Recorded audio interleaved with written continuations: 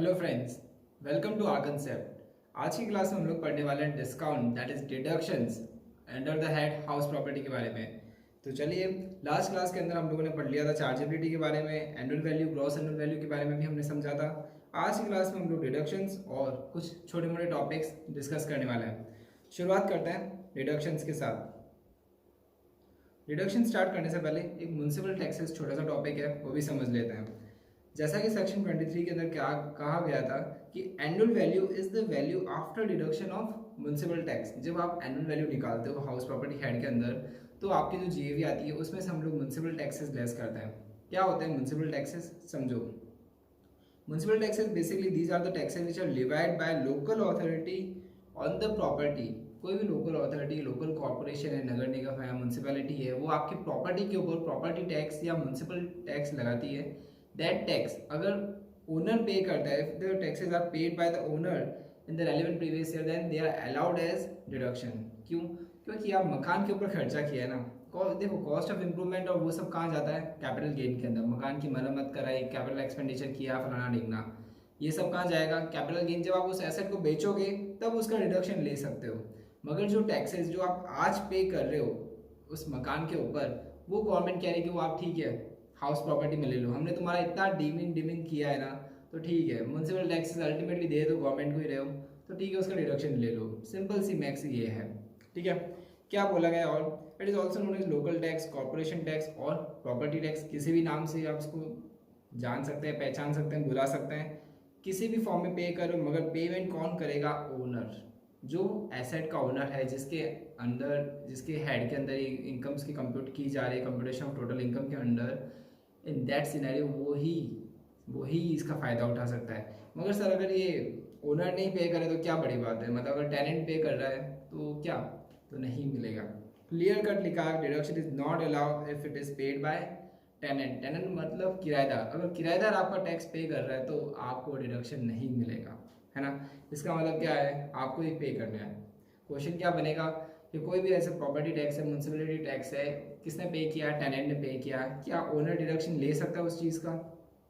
नहीं, बिल्कुल नहीं, ठीक है। छोटा सा टॉपिक था। चलो अब बढ़ते हैं नेक्स्ट मेन टॉपिक, डिडक्शन की तरफ। डिडक्शन जिसको हम डिस्काउंट बोलते हैं, गवर्नमेंट डिस्काउंट दे रही है आपकी इनकम के ऊपर कि ठीक है यार, इतनी इनकम जो है ना, हम लोग टैक्स नहीं लगाएंगे उस इनकम पे।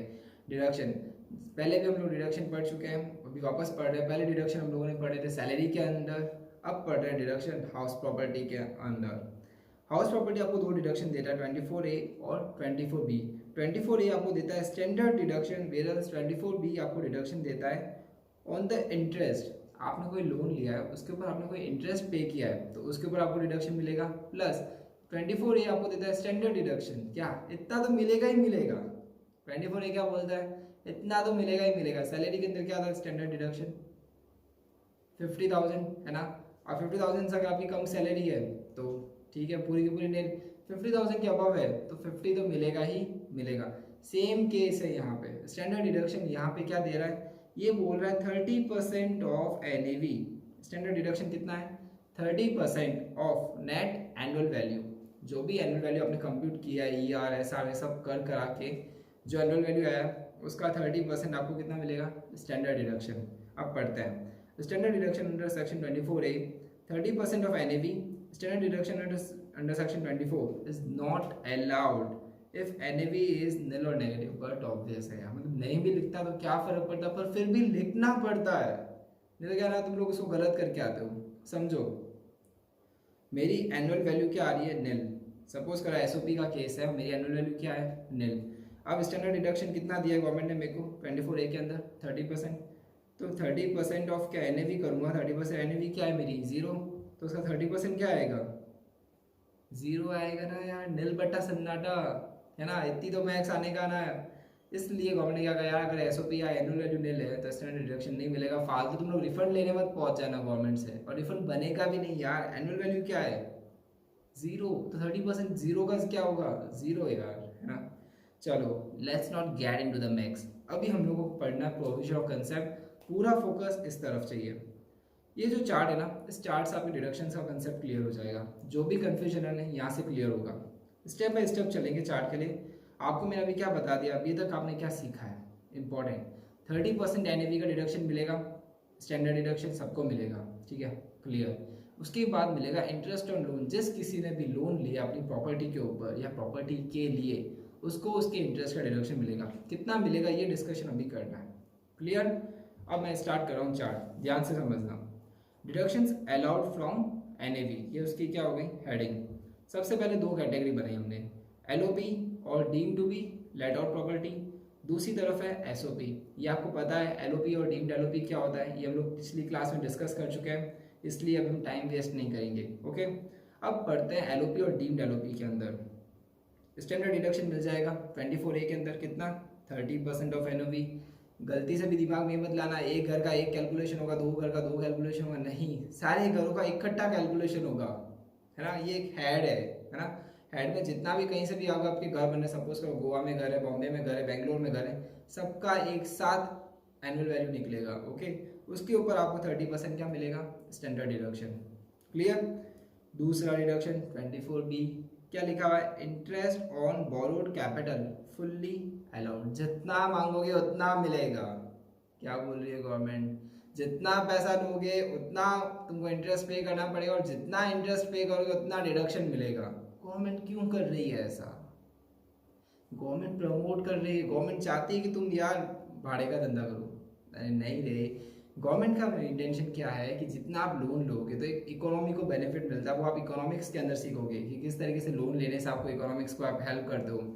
पॉइंट अभी क्या हो रहा है कि आपने अगर कोई भी इंटरेस्ट लिया है, इंटरेस्ट मतलब दे रहे हो लोन के ऊपर, और लोन आपने किसके लिए लिया है, LOP के लिए या डीम्ड लेट आउट प्रॉपर्टी के लिए, ऐसी प्रॉपर्टी जो ऑलरेडी रेंट के अंदर दे रखा है, आपने इकोनॉमी के अंदर उसको दे रखा है क्योंकि उससे रेंट आ रहा है, आपकी इनकम जनरेट हो रही है, उसके लिए जितना भी डिडक्शन है वो क्या है, अलाउड है। ध्यान रखना, फुल्ली अलाउड, कंफ्यूजन नहीं चाहिए, ओके, क्लियर।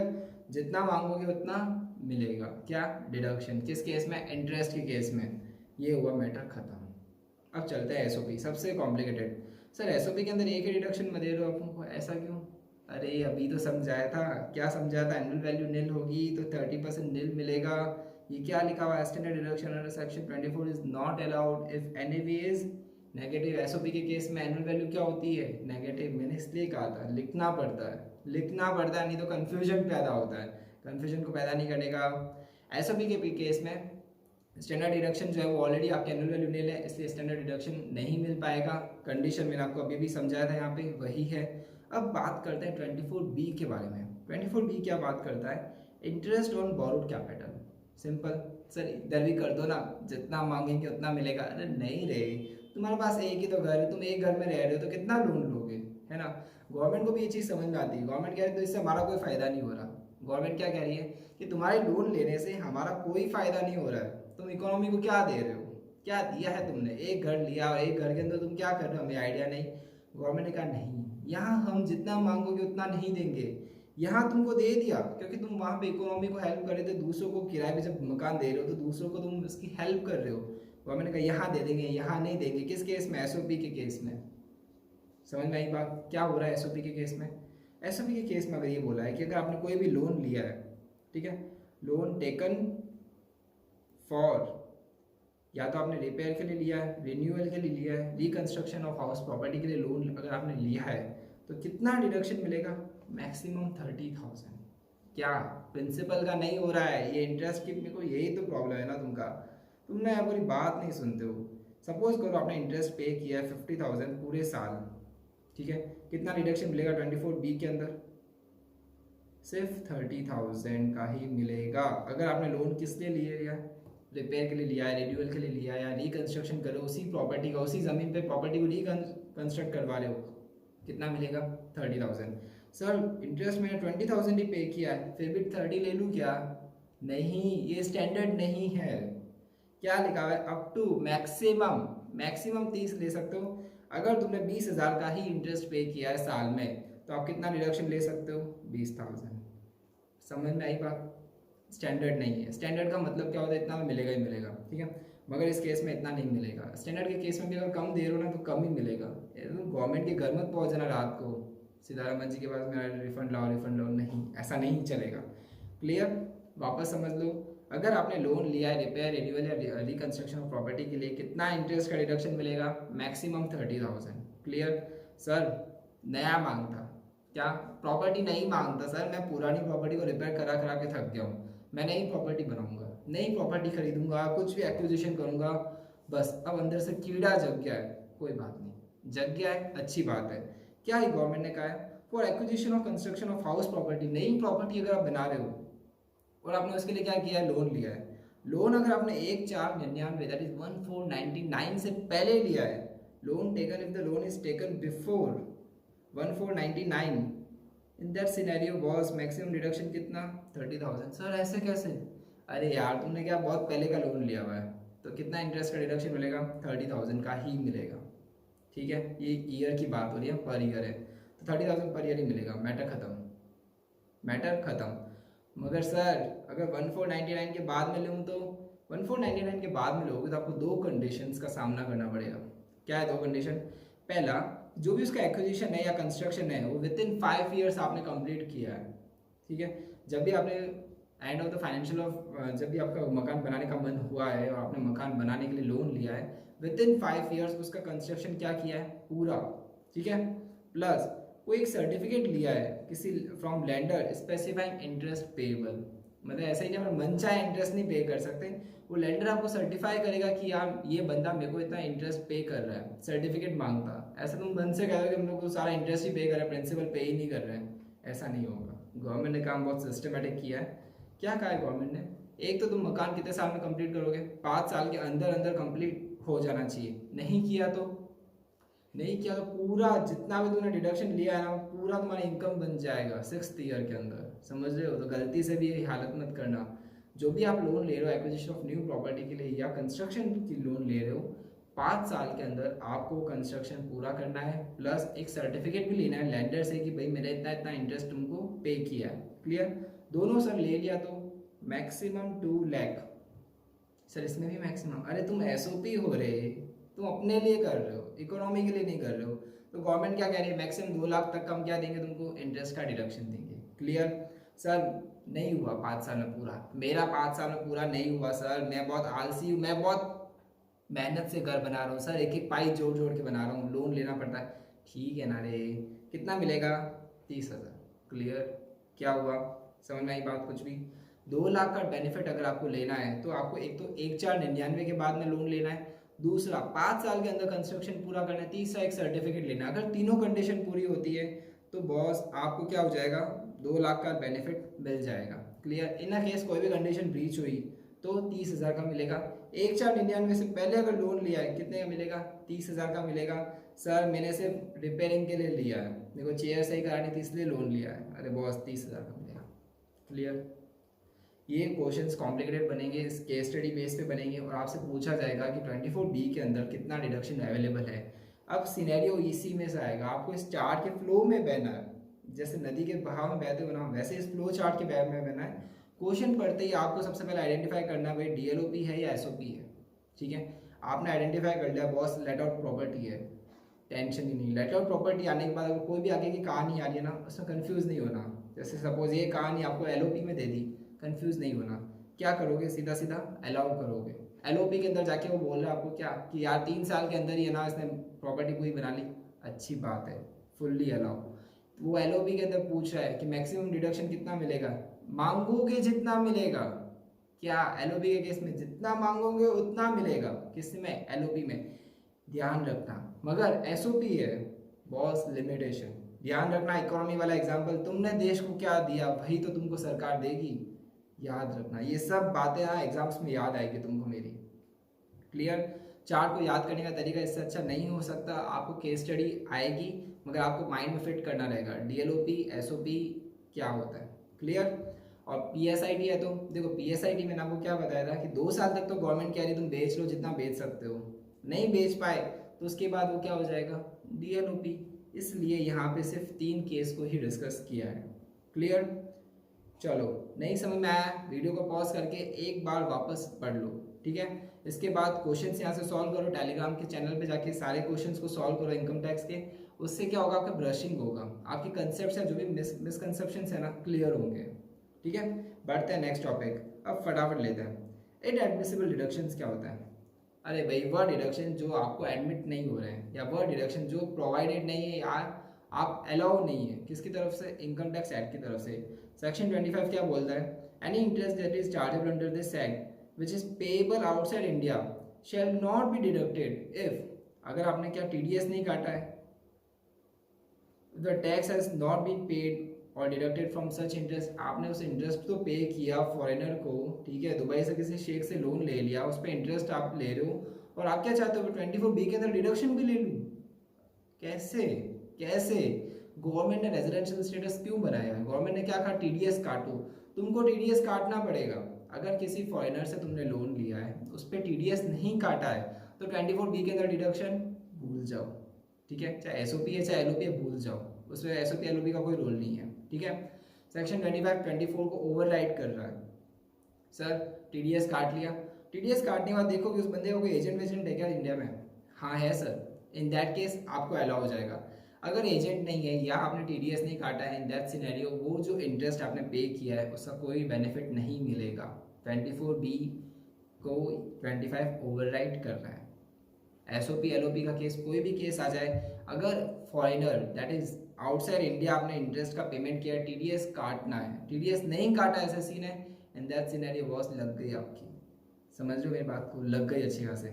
ये पॉइंट्स याद रखना, क्वेश्चन यहीं से रेफर करके घूम घूम के आता है और हमें लगता है कि हमने एमसीक्यू सही करके आया और जब एग्जाम रिजल्ट आता है ना तब लगता है यार क्या हो गया, है ना। चलो समझ में आ गया। इनएडमिसिबल डिडक्शन सेक्शन 25, फॉरेनर को पेमेंट किया है, इंडिया के बाहर किसी का भी इंटरेस्ट का पेमेंट किया है तो बॉस टीडीएस काट लेना, उसके एजेंट को पकड़ लेना, दो काम तो कर ही लेना, तब जाके आपको 24B के अंदर डिडक्शन मिलेगा, फिर चाहे एलओपी हो चाहे एसओपी हो।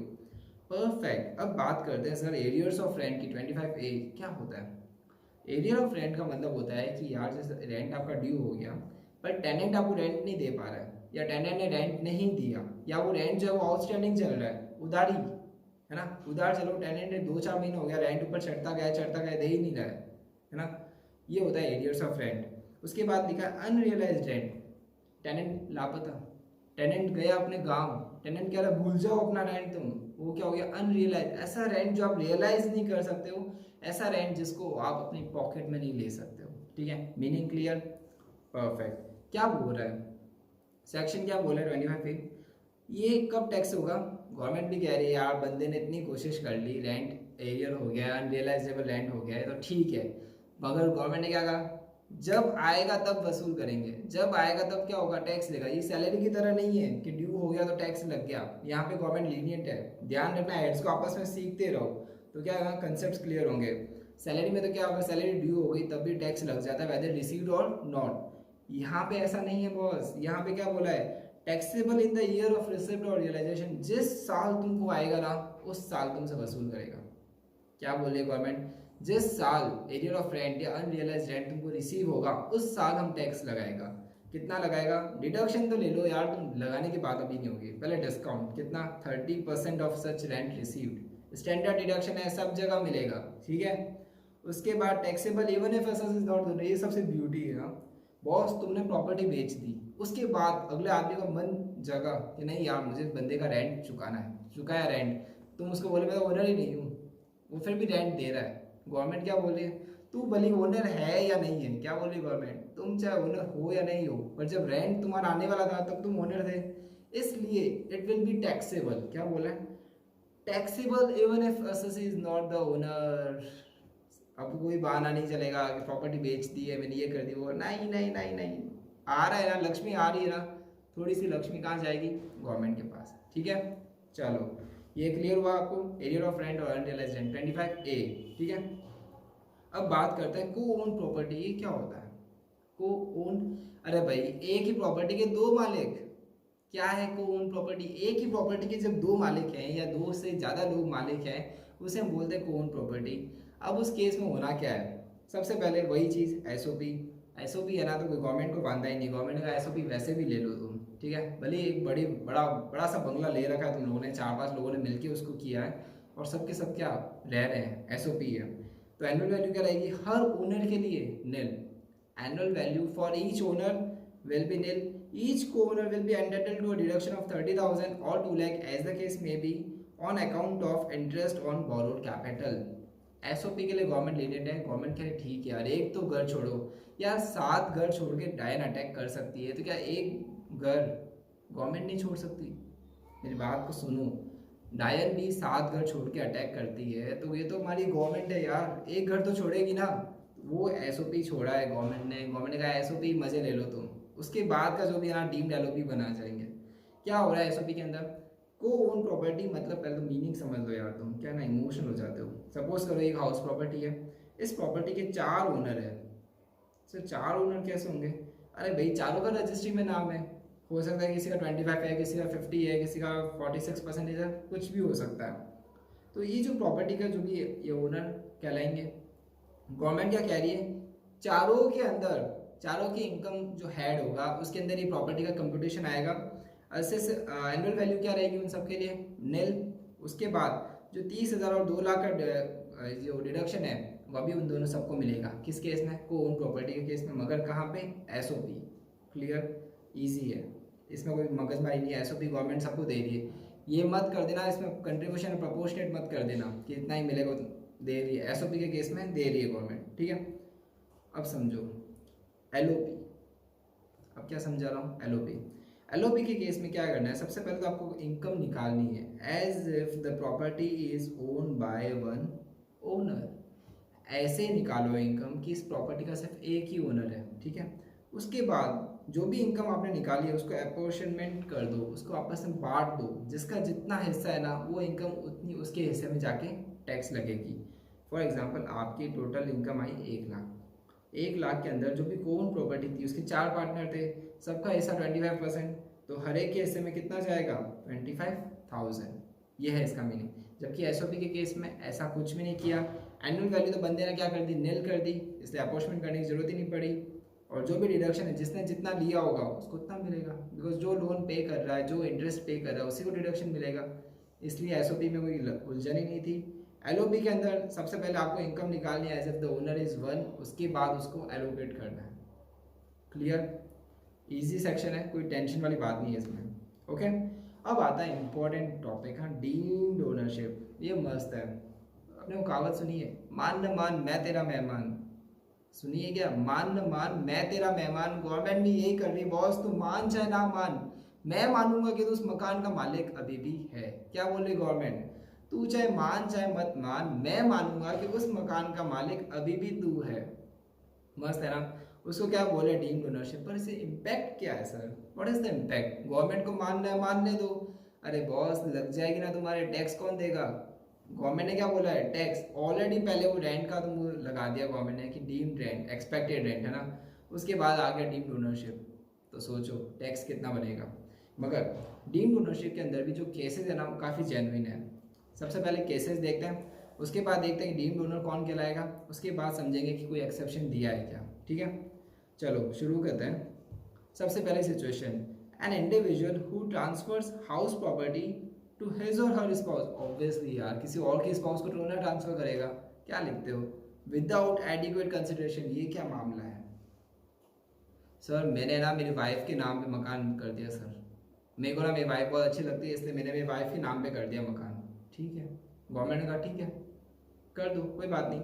हम किसको ओनर मानेंगे? ट्रांसफरर। ट्रांसफरर कौन होता है? जो प्रॉपर्टी को ट्रांसफर कर रहा है ना? समझो बात को, ए है और मिसेज ए है। ए कमा हुआ है, हाँ कमा रहा है हस्बैंड, वो क्या करता है कि हाउस प्रॉपर्टी के अंदर भी उसको टैक्स बन रहा है यार, क्योंकि गवर्नमेंट तो क्या कह रही है कि यार लगेगा टैक्स, लगेगा एसओपी छोड़ के सब में टैक्स लगेगा। ये क्या करता है यार, मिसेज ए को एनिवर्सरी का गिफ्ट दे देता है कि भाग्यवान शादी की सालगिरह, ये मकान तुम्हारे नाम, तुमको भी एक एसओपी मिल जाएगा, मेरे को भी एक एसओपी मिल जाएगा, बल्ले बल्ले हो जाएगी अपनी तो, है ना? अपना पप्पू वप्पू सब अच्छे से पल पोस के बड़े हो जाएंगे। गवर्नमेंट ने कहा नहीं बेटा, क्या बोला गवर्नमेंट ने? एक को नहीं, ऐसा नहीं होने देंगे। डीम्ड ओनरशिप के अंदर you will be considered as owner, तो तुम्हारा जो एक एसओपी है ना सिर्फ वही फायदा मिलेगा, ये जो तुम एसओपी के सपने देख रहे हो वो नहीं मिलेगा। क्या बोल रही गवर्नमेंट? ये एसओपी नहीं मिलेगा। इसका मतलब क्या हुआ? ये जो घर है, जो तुम्हारा कहीं भी गोवा हुआ में घर है, वो तुम्हारा एलओपी में आ जाएगा और उस पर टैक्स देना पड़ेगा। समझ में आई केस? होता क्या है, सपोज करो किसी का 2-3 प्रॉपर्टी है तो वो क्या करता है अपनी वाइफ के अपने बच्चों के नाम कर देता है, तो उससे क्या होगा, सबको एसओपी का फायदा मिल जाएगा। गवर्नमेंट ने इस चीज़ को कर्व करने के लिए, गवर्नमेंट ने इस चीज़ को रोकने के लिए क्या बोला है, an individual who transfers house property to his or her spouse, क्या लिखा है, गवर्नमेंट ने कहा है कि अपने स्पाउस को अगर तुम हाउस प्रॉपर्टी ट्रांसफर करते हो his or her spouse without adequate consideration, adequate consideration का मतलब जो कंसिडरेशन उसका बनता है, सपोज 50 लाख की प्रॉपर्टी और आपने 2, 4, 5 लाख में दे दी, that is not adequate consideration. अगर विदाउट एडिक्वेट कंसिडरेशन आपने ट्रांसफर किया है, in that scenario transferor will be deemed owner. Clear? ठीक है। एक्सेप्शन क्या दिया है, where the property is transferred in connection with an agreement to live a part. क्या होता है लिव अ पार्ट? डाइवोर्स। जब कोई डाइवोर्स का एग्रीमेंट होता है तो गवर्नमेंट कहती है कि नहीं यार आपको ये चीज़ ट्रांसफर करनी होगी, कोर्ट आपको आदेश देता है, आप म्यूचुअली कुछ आप देते हो, ट्रांसफर करते हो विदाउट एडिक्वेट कंसिडरेशन है, in that scenario it is an exception. तो गवर्नमेंट कह रही है हम आपको डीम्ड ओनर नहीं मानेंगे। किस केस के अंदर? डाइवोर्स के केस में। लिव अ पार्ट का मीनिंग होता है डाइवोर्स, जब पति पत्नी का अलग हो जाते हैं ना दोनों एक दूसरे से, उस केस में अगर पति कोई भी प्रॉपर्टी अपनी पत्नी को चाहे फ्री दे रहा है चाहे विदाउट एडिक्वेट कंसिडरेशन दे रहा है, in that scenario he will not be considered as deemed owner, मगर इस केस में तो बॉस माना जाएगा। कौन? डीम्ड ओनर माना जाएगा। सेम केस है बच्चों के साथ भी। क्या लिखा है, an individual who transfers house property to a minor child without adequate consideration, बच्चों को दे रहा है विदाउट एडिक्वेट कंसिडरेशन दे रहा है, तो boss you will be called as owner, you will be called as owner. Exception क्या है, जब माइनर बच्चा शादीशुदा है, क्या है, where the minor child is a married daughter है तो नहीं लगेगा, otherwise boss, otherwise you will be called as deemed owner. Cases याद कर लेना, क्वेश्चंस बहुत अच्छे बनेंगे, ब्यूटीफुल क्वेश्चंस बनेंगे। क्वेश्चंस आपको कहाँ मिलेंगे? यहाँ मिलेंगे। एग्जाम क्वेश्चंस भी मिलेंगे, साथ साथ में ट्यूटर के क्वेश्चन और साथ साथ में ऑथर के क्वेश्चंस भी आपको यहाँ पे मिल जाएंगे। नोट्स डाउनलोड करने के लिए आप इस लिंक पे क्लिक करें, सारे नोट्स आपको अवेलेबल हो जाएंगे। मगर अभी के लिए आपको पढ़ना है क्या, डीम्ड ओनरशिप। क्या लिखा हुआ है, दोनों चीज़ें क्लियर हो गई, बीवी के बच्चे क्लियर, बीवी और बच्चे क्लियर हो गए। ध्यान रखना है बीवी नहीं है, सपोज करो कोई वाइफ है ना, वाइफ और हस्बैंड, और वाइफ कमा रही है और वाइफ अपने हस्बैंड को ट्रांसफर कर देती है, that will be also called as spouse. Spouse क्या होता है? ऑपोजिट्स के लिए। कोई भी कपल है ना, हस्बैंड के लिए वाइफ स्पाउस होगी और वाइफ के लिए हस्बैंड स्पाउस होगा। क्लियर? तो कंफ्यूज मत होना। चलो यहाँ तक तो क्लियर हो गया। अब लास्ट 2-3 पॉइंट निपटा देते हैं। होल्डर ऑफ एन इम्पार्टेबल एस्टेट क्या होता है? HUF पता है, HUF 231 के अंदर HUF सिर्फ समझाया था मैंने। अब क्या हो रहा है होल्डर ऑफ इम्पार्टेबल एस्टेट के अंदर कि HUF के पास जो प्रॉपर्टी होती है बहुत बड़ी होती है। अब वो क्योंकि वो डिवाइड नहीं कर सकते, आप उसमें एलोकेट नहीं कर सकते, हर पार्टनर को नहीं दे सकते। इन दैट सिनेरियो गवर्नमेंट ने क्या बोला कि जो भी होल्डर है, जनरली होल्डर कौन होगा? जो सबसे बड़ा होगा फैमिली के अंदर, तो जो भी होल्डर है वो सारी प्रॉपर्टी किसकी मान ली जाएगी? होल्डर की। HUF की जो भी प्रॉपर्टी है वहाँ पे जो भी करता है उस कर्ता की प्रॉपर्टी मान ली जाएगी, कि जैसे वो सारी की सारी प्रॉपर्टी किसकी है? सिर्फ एक जने की है। जनरली ऐसा नहीं है। इम्पार्टेबल एस्टेट का मीनिंग होता है कि ऐसी कोई भी एस्टेट जिसका पार्टीशन नहीं कर सकते। ठीक है, तो उस केस में होल्डर किसको मानेंगे? जो भी सबसे बड़ा है, कर्ता को। हाउस अलॉटेड और leased under house building scheme of such society, company और AOP, in that scenario member. क्या हो रहा है? कोई भी सोसाइटी, कंपनी है या AOP है, वो अपनी कोई मेंबरशिप स्कीम लगा रही है, हाउस बिल्डिंग स्कीम के अंदर किसी को फ्लैट्स अलॉट कर देती है। इन दैट सिनेरियो जो फ्लैट्स है किसको टैक्स माने जाएंगे? मेंबर को। मेंबर क्या ओनर हो रहा है कि मैं तो हुई नहीं इसका ओनर, कंपनी तो मुझे ऐसे ही रहने के लिए दिया है, फलाना ढींगना कुछ भी। गवर्नमेंट ने कहा नहीं, गलत बात मत करो यार, तुम तो घर दिया ना, छत दिए ना, तो टैक्स भी कौन देगा? तुम ही दोगे। ठीक है। Next, part performance of contract under section 53A of टोपा 1882। टोपा लीगल में मजा आ जाता है ना, लीगल में पढ़ने का मजा अलग होता है, एक्सेंट और सब बदल जाता है। टोपा का मतलब है transfer of property act. Transfer of property act के अंडर सेक्शन 53A के अंदर अगर कोई पार्ट परफॉर्मेंस ऑफ कॉन्ट्रैक्ट है जिसकी वजह से कॉन्ट्रैक्ट आपका रजिस्टर्ड नहीं हुआ है, कहना क्या चाह रहा हूँ मैं, जो घर है वो लीगली आपका नहीं हुआ है मगर आपको पोजेशन दे दिया गया है, आप ओनर अभी तक लीगली नहीं बने हो मगर आपके पास क्या है? पोजेशन। तो टोपा की 53A की तो बात हो गई। हाउस प्रॉपर्टी क्या बोलता है? जो भी पर्सन पोजेशन में है या पोजीशन में है, in that scenario he will be considered as deemed owner. Clear है? समझ में? पार्ट परफॉर्मेंस क्या होता है कि सपोज करो आपने 100 लाख का मकान खरीदा था, हाउस प्रॉपर्टी खरीदी सपोज करो बी से खरीदी। अब ये क्या हुआ कि 16 का आपने उसको दे दिए, मगर इसके प्रॉपर्टी में कोई ग्लिच आ गया। ग्लिच मतलब कि आपको ट्रांसफरिंग का इशू आ गया, तो प्रॉपर्टी अभी तक आपको ट्रांसफर नहीं हुई है, तो that will be called as part performance of contract. अब आप बी को क्या बोल रहे हो, प्रॉपर्टी दे, बी क्या है, ले लेना जल्दी, क्या तू सामान तो शिफ्ट कर। बी क्या बोल रहा है, तू सामान तो शिफ्ट कर, तू रहने तो लग, मैं कर दूंगा ट्रांसफर, या तो बेफिक्र है। That is called as part performance of contract. In that scenario जो भी पर्सन पोजेशन में है या पोजीशन में है उसको क्या देना रहेगा, he will be called as deemed owner. तो प्रॉपर्टी का जो भी टैक्स आएगा किसको लगेगा, उस पर्सन को लगेगा। लास्ट टॉपिक, राइट इन और with respect to any building और part thereof by way of sale और एक्सचेंज और लीज। ये मस्त है। ऐसे कोई भी प्रॉपर्टी पे राइट है या कोई आपने लीज है जो 12 साल से ज़्यादा के लिए आपने दे दिया है, इन दैट सिनेरियो जो पर्सन है जिसने राइट एक्वायर किया है वो डीम्ड ओनर कहलाएगा। ये केस बहुत अच्छा है। 12 साल का आपको टाइम पीरियड याद रखना रहेगा। 12 साल से ज़्यादा का अगर किसी को हक दे दिया आपने मकान के ऊपर, तो ओनर कौन कहलाएगा, जिसको हक दिया है। और 12 साल से कम अगर आपने लीज भी दिया है, किसी को राइट भी दिया है, इन दैट सिनेरियो आप ओनर कहलाओगे। ठीक है, याद रखना है 12 का आंकड़ा हमेशा परेशान करता है। ये 12 का जो आंकड़ा है ना, याद रखना। अगर 12 साल से ज़्यादा अगर आपको लीज राइट मिल गया किसी को, तो जो पर्सन के पास राइट है ना, he will be called as deemed owner. Otherwise तो मजे है लाइफ के। ठीक है गाइस, तो ये था आपका हाउस प्रॉपर्टी। आई होप आपको समझ में आया हो। आप इस चैनल को जरूर सब्सक्राइब कर लें, आपको सारे क्वेश्चंस आपको यहाँ पे मिलेंगे, और जो वीडियोज़ है और जो नोट्स हैं वो आपको यूट्यूब के अंदर डिस्क्रिप्शन में मिल जाएंगे। मिलते हैं गाइस नेक्स्ट वीडियो के अंदर। Thank you so much.